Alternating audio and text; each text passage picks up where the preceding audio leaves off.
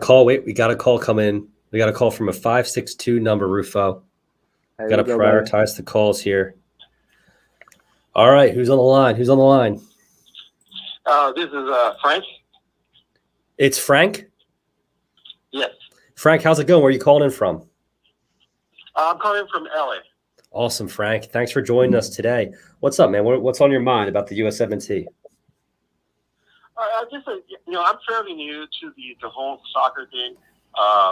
Just got interested at the beginning of the year, and pretty big USA fan. Usually just a USA fan, and I follow the US players abroad. Mm-hmm. Now, my thing, being a new guy,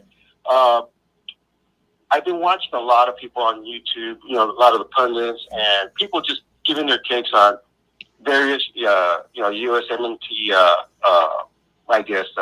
takes and stuff like that. Just trying to get myself familiarized with the whole culture. And what would you suggest that a person like me just coming new to this, because you're going to be getting a lot of new people if the USA qualifies for the World Cup. Of course. New people coming in.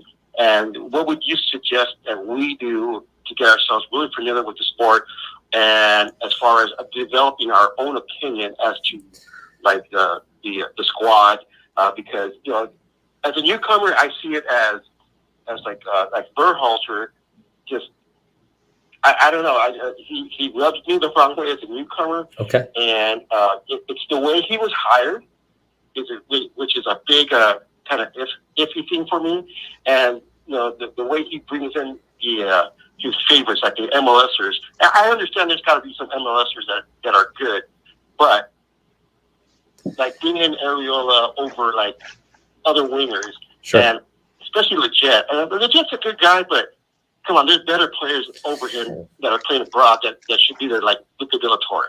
Yeah, no, I hear what you're saying, and I think you're definitely picking up a lot just based off of you being a new subscriber, let's say, to U.S. soccer here.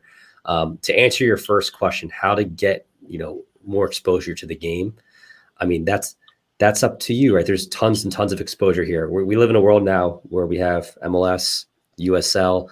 For you, if you're out in LA, you have multiple teams out there. You have 2 MLS teams out there. So I'd first start by supporting one of them, getting used to the game, maybe attending some matches, at least watching those matches on TV, kind of getting like personal reps, watching the formations, watching the starting 11. And that could be your ultimate club when the USMNT is not playing. Other than that, keep doing what you're doing, value other individuals' opinion, our show here. Yeah. But whether it's, 11 Yanks, Tactical Manager, FIFA America, there's multiple shows out there that I would consider to be good. Listen to those shows, but take everything with a grain of salt. Don't be afraid to form your own opinion, say things, and don't listen to the trolls, right? If they call you out. Don't be afraid to speak your mind. If you pick up something tactically, or you notice a specific trait of a certain player, I wouldn't be afraid to voice your own opinion about that, right? We're all fans here. None of us are currently in the locker room. None of us are professionals playing for Berhalter. So we're all on the same level. And that's what you gotta remember, right? Yeah, definitely. As far as your other point about Berhalter rubbing you the wrong way, I think actually as a coach, the way Berhalter carries himself on press conferences and taking ownership, I don't mind. I don't mind his approach. I don't think he's a bad guy. I don't think he's a terrible coach. I think, like we said earlier in the show, that he has a locker room. He hasn't lost a locker room. But the fact that his brother was high up in the U.S. Soccer Federation rubs a lot of people the wrong way, and I can totally see that. But until he loses and proves otherwise, we can't let that be the main narrative, right? But I do see your thoughts there. Yeah, and the reason I mentioned the Berhalter thing too is, like, I know he's good with the players and stuff like that, but I am the guy Kamali Killer on the thing, by the way.